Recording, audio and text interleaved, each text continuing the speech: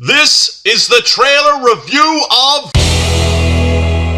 Hey there, hi there, ho there, Andrew here, and we are talking about the trailer to the sequel of Independence Day. Now, if you haven't seen the trailer yet, you might not have got what I was doing in the beginning. So if that's the case, check out the description box below. I put a link in there for you. So in the beginning of the trailer, we get a chance to see a row of UN vehicles. Pigpen, this is Rubber Duck, we got ourselves a convoy. And they find out in the desert what seems to be the remains of some type of colony from the aliens of the first movie. That makes sense. I mean, if the mothership blew up, there's gotta be stragglers on the planet, right? But you're gonna tell me that no one saw an alien for 20 years? That is some serious Bigfoot skills. We then see Jeff Goldblum reprise his role of David Levinson and say, OMG. Okay, not really the letters. And then we get a big shot of a ship that crashed in a city. Where? With some research online, you can find that out, but I'm just reviewing the trailer here. Then we get a shot of Liam Hemsworth, and Levinson monologues in a voiceover that he spent 20 years getting everyone ready for what is about to happen. But it won't be enough. Well, hey, at least you tried. I guess Liam is supposed to be the replacement of Will Smith's character, Captain Stephen Hiller. It's been reported that Will Smith didn't want to take the money that was offered to him for this movie,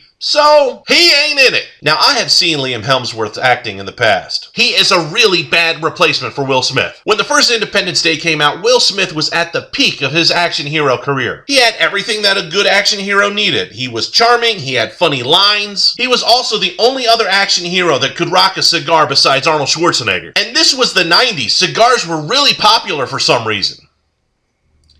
In more off-screen dialogue, Levinson mentions that we use the alien tech to better the planet. You can see the airplanes and all other things that are powered by the alien tech have this blue-green hue about them. I think that's a really nice touch. I really like the thought of beating a superior tech race of aliens and then taking their technology and retrofitting it and reverse engineering it into stuff that we would use. Welcome to the era of cyberpunk. We then get a shot of Bill Pullman, who was President Whitmore from the first film. He looks a little rough and beardy and disheveled, and he keeps on saying aliens are in his dreams. Pressures of being president, I guess. Wait a minute, is that Judd Hirsch? How old is he? Is he like 90 now? I actually just looked it up. He's 81 this year. Sorry, Judd. I mean, he looks good and he's on a boat. I wonder if that's a water taxi.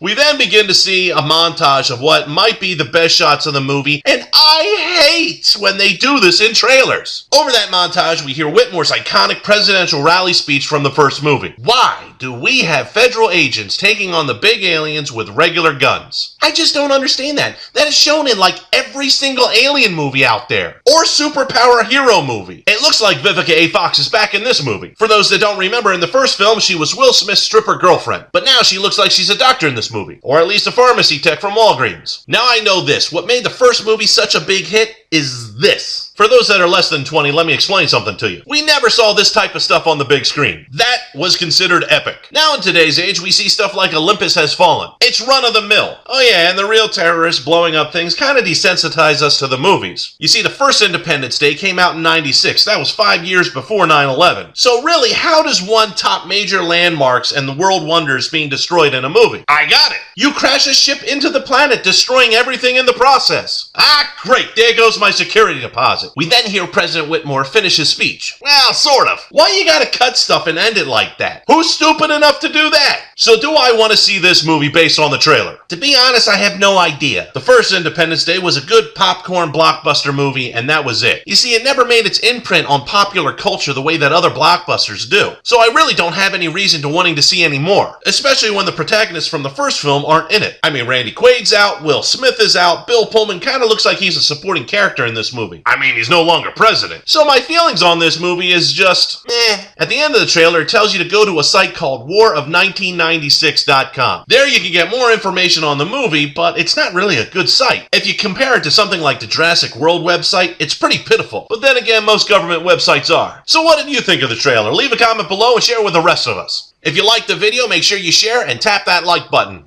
Don't forget to subscribe so you get notified the moment that I upload. And I will see you in the next video.